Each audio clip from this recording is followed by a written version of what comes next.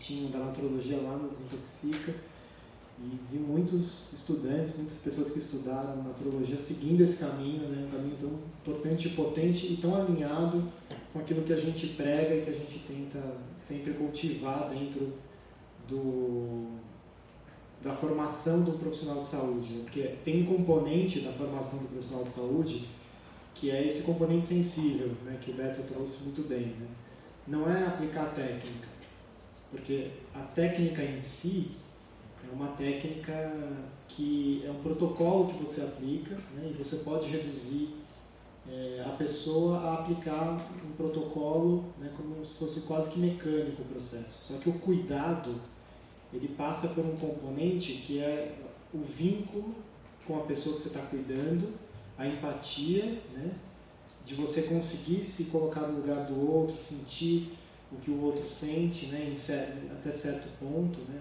Tem experiências que a gente, por mais que a gente tenha capacidade empática, elas nunca vão ser acessadas, né. O máximo que a gente pode fazer é abrir o coração e escutar a pessoa com o máximo de atenção que a gente pode, né. Porque o cuidado, né, o adoecimento, ele é construído a partir de características individuais da pessoa. As pessoas podem ter o mesmo diagnóstico, mas os caminhos de adoecimento são diferentes. Elas adoecem por questões totalmente diferentes. A causa, a dimensão da causa do adoecimento é muito particular, é individual. E a gente está num sistema de cuidado que ele está muito preocupado em resolver a biomecânica da doença. E aí hoje o tema aqui para falar é a ciência contemplativa, né, que está nessa dimensão da saúde mental. Eu acho que eu vou até abrir mão dos slides e vou adentrar uma outra coisa, porque a ciência contemplativa ela é uma ferramenta histórica e muito, muito antiga das tradições, né? A medicina chinesa tem um histórico muito profundo com as técnicas contemplativas, o Ayurveda também tem, todas as medicinas antigas têm esse acesso. Por quê? Porque isso é uma ferramenta que está no cerne da experiência humana e da capacidade de autocuidado, de autorregulação de uma pessoa. É uma tecnologia antiga que tem uma importância muito grande para um processo especialmente de dependência. Todos os processos emocionais que envolvem regulação emocional, que envolvem capacidade de centramento, né?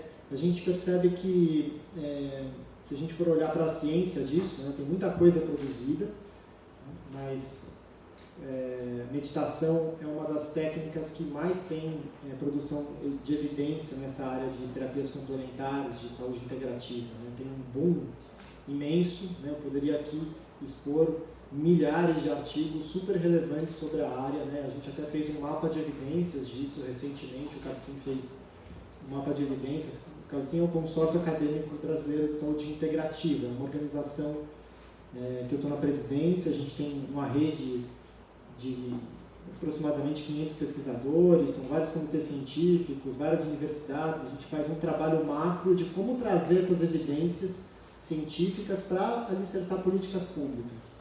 Meditação é uma técnica que tem muita potência porque ela vai num lugar que é o cerne da capacidade de autocura, de autocuidado, de autorregulação de uma pessoa. E é uma coisa extremamente simples.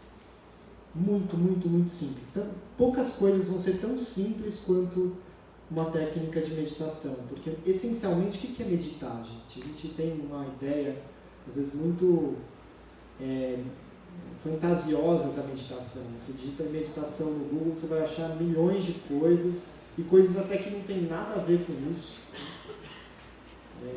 Tem a ver muito com uma capacidade de você construir caminhos dentro da sua própria psique, e sustentar esses caminhos. Então, imagina uma garrafa com água e areia, se a gente chacoalha, ela fica toda turva, né? Se eu deixar a garrafa paradinha durante um tempo, o que acontece? Ela decanta, né? E a água fica transparente de novo. A nossa mente funciona mais ou menos dessa forma. Essa agitação de coisas, conteúdos emocionais, processos, numa cidade ainda como São Paulo, que tem uma quantidade imensa de informação o tempo inteiro, você não tem um minuto sem tem uma quantidade imensa de informação sonora, visual, emocional, né, diálogos, pessoas falando o tempo todo, não tem pausa, né? E quem está em situação de rua, menos ainda, né? Porque não tem nem aonde ir para ter pausa. Você está na rua, você está o tempo inteiro exposto a outra pessoa falando, a gente falando com medo de uma coisa, de outra coisa, do caminhão buzinando, do carro, da fumaça, de não sei o quê. É um volume de informação que não cessa, né? Então essa mente está sempre conturbada, né? Aí tem um ditado antigo que fala assim, que aquilo no qual eu mantenho a minha atenção cresce. Como que funciona isso? A atenção, ela dirige tudo dentro da nossa cabeça. Foco de atenção. É como se a nossa mente fosse um cavalo, a nossa consciência, que é essa capacidade que a gente tem de se perceber como indivíduo, de perceber que a gente existe, que a realidade existe, né? É quem está montando o cavalo, a rédea do cavalo, sabe a rédea que a gente dirige o cavalo? Eu pego a rédea, eu faço o cavalo ir para a esquerda, para a direita, quase que a direção do cavalo, né? A rédea é a atenção, de uma forma muito simples. Por que é a atenção? Porque a gente não controla nem passado nem futuro, né? O futuro e passado são coisas que não estão na nossa mão, né? O passado já foi, é uma experiência que a gente lembra e a nossa cabeça tende a ficar relembrando muitas vezes a mesma experiência. E o futuro ele é completamente incerto. A gente pode imaginar muitos futuros, mas a vida sempre nos surpreende com coisas que a gente não estava nem sequer imaginando. Então existe uma condição do humano que é, a gente não controla nem passado nem futuro, mas a gente deseja controlar, né? É que nem o surfista que pega a prancha e vai para o mar, e por hora ele quer que o mar traga para ele a onda perfeita, né? E isso não é uma escolha dele. O máximo que ele pode fazer é aprender a ficar de pé na prancha e ficar ali aguardando chegar a onda e ser muito atento, né? E na hora certa pegar a onda e surfar. A vida é um pouco sobre isso, né? Sobre aprender a surfar, porque a gente não controla a maré, não controla a onda, a gente não sabe o que vem pela frente, né? É totalmente incerto. Então o que a gente pode fazer é aprender a usar essa rédea o melhor possível, a rédea da atenção. A gente está num lugar de sociedade que está indo para o caminho contrário disso. Alguém aqui aprendeu a regular a atenção, ou controlar a atenção na escola, ou com a família, ou com os pais? Alguém aprendeu técnica disso? A gente quase não tem isso no nosso arcabouço cultural. Isso não é uma ferramenta. E talvez uma das coisas mais importantes que a gente tem, que é regular a atenção, a gente não consegue aprender. E aí as crianças hoje têm o quê? Déficit de atenção, hiperatividade, né? A rodo. Então a gente tem um cenário que as nossas ferramentas culturais, elas não atendem às nossas necessidades para se autorregular nessa loucura. E quanto mais acelera a tecnologia, as cidades, o dia a dia, e a gente está numa aceleração brutal, não sei se vocês perceberam antes e depois da pandemia, por exemplo. Teve uma mudança muito radical no dia a dia e no volume de informação que as pessoas comportam. Pega o seu celular e volta no histórico de mensagens de 5 anos atrás e compara com a quantidade de mensagens que você recebia 5 anos atrás e agora. Eu garanto que no mínimo 5 vezes mais aumentou. Isso é estatístico, assim, a gente vê que teve um boom, um aumento gigantesco de informação. Se a gente não consegue ter recurso de autorregulação que acompanhe isso, a gente espana e a gente está numa epidemia de problema de saúde mental. Então, o que a gente chama de ciência contemplativa é justamente toda uma construção científica para entender que essas técnicas super simples têm um impacto muito grande. Tem um impacto imenso na vida das pessoas, né? Eu já trabalhei muitos anos no Embu das Artes, né, que é um município aqui próximo de São Paulo, e a gente fazia a capacitação de meditação para a rede de atenção básica ali do Embu. Então a gente fazia todo um trabalho de ensinar as pessoas a meditar, e essa meditação depois era replicada por pessoas da comunidade, né? Então, foram programas de formação, a gente fez um básico, depois fez um avançado, né? E formou alguns instrutores, né? E várias pessoas da própria comunidade replicavam os grupos de meditação, que é uma coisa extremamente simples, né? A atenção vai ficar centrada em alguma coisa durante um tempo suficiente para decantar. Eu vou deixar a garrafa parada tempo suficiente para decantar. Então, o que é meditação, essencialmente? Eu vou prestar atenção na minha respiração, por exemplo, e vou ficar ali. E aí, a minha mente, ela vai tentar ir para todos os condicionamentos que tem.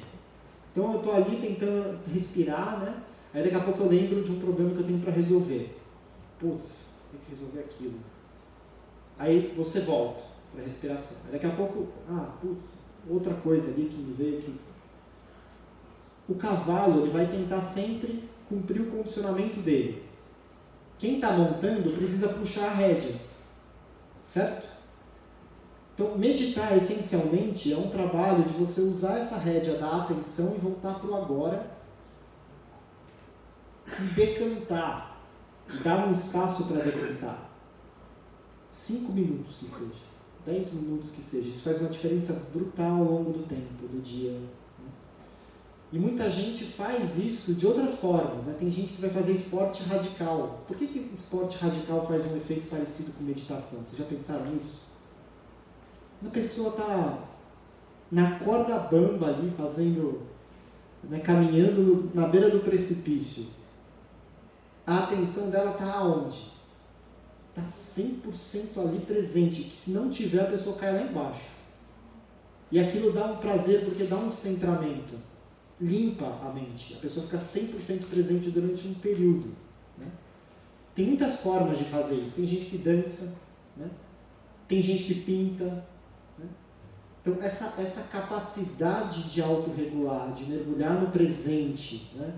É uma capacidade muito do ser humano e muito importante para o ser humano. Né? Então, está no cerne da dependência, qualquer tipo de dependência, química, emocional, física, qualquer tipo de dependência que você possa pensar, né, do ser humano, está no cerne uma dificuldade com a rédea. Porque o que é a dependência? A dependência é o cavalo sem rédea. Se o cavalo está sem a rédea, ele faz o quê? Tudo que ele tiver condicionado. Tudo que a vida, por qualquer motivo, condicionou ele, ele vai repetir. Ele vai fazer o que for. Vai para o caminho que condicionou. Né? E quem está montado vai junto. Não tem escolha. Né? Então, a base da ciência contemplativa é uma base muito simples, essencialmente, e que trabalha com aquilo no qual eu mantenho minha atenção cresce. Né? Então, se a pessoa está ali todo dia treinando respirar, prestando atenção ali na respiração dela, um pouco que seja, cada vez que ela faz aquilo, ela aumenta um pouquinho mais essa capacidade de estar no presente. Ela melhora um pouquinho mais a consciência da respiração. E aquilo vai abrindo, que nem uma trilha na mata, sabe? A primeira vez a gente passa com um facão assim, é difícil, né? É fechado a mata, né? E aí, quanto mais você passa na trilha, mais larga ela fica, mais fácil ela fica de passar, mais ela se estabelece.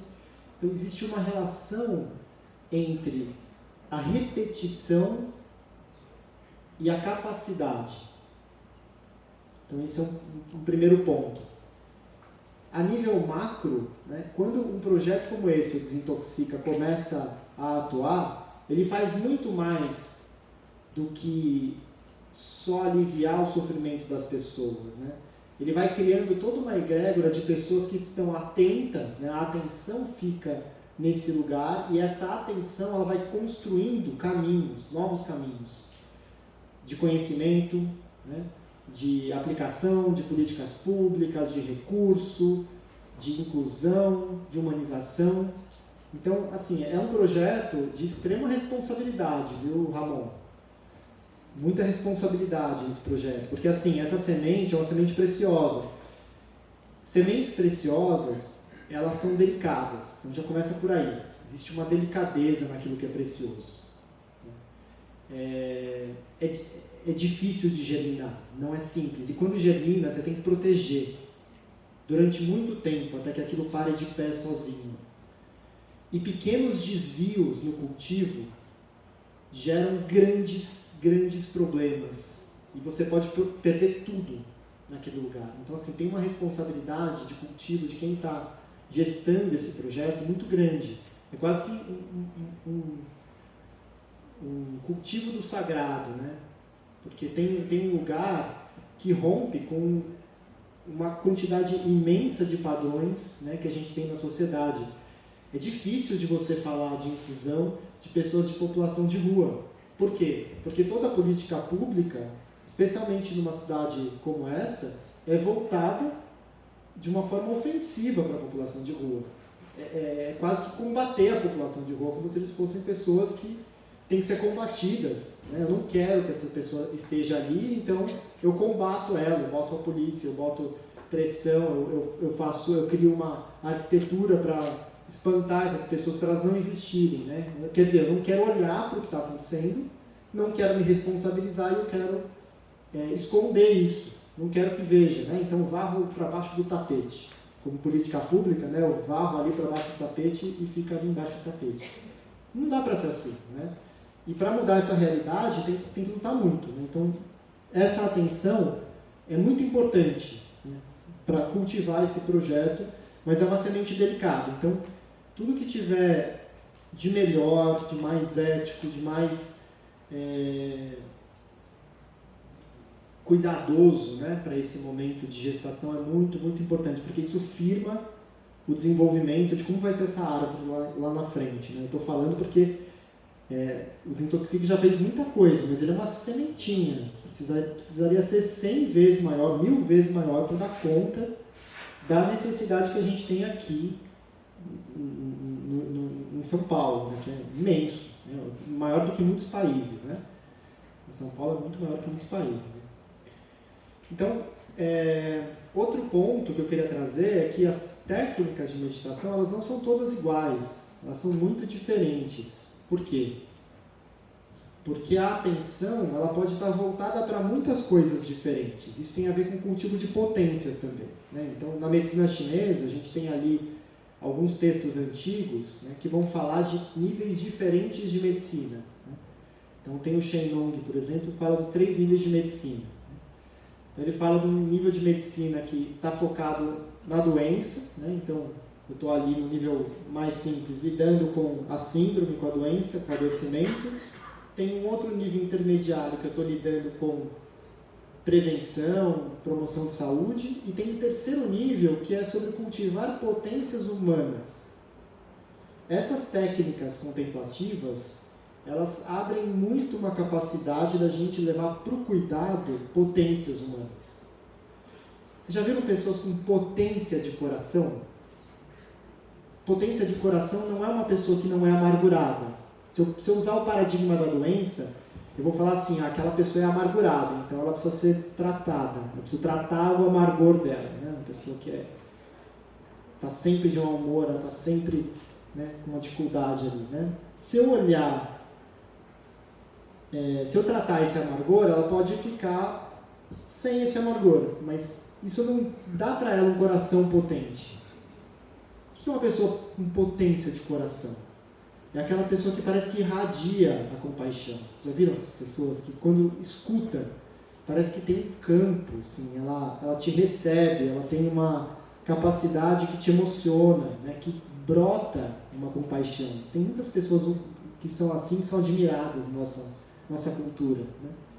Quando eu uso uma técnica que o foco é a compaixão, o que acontece?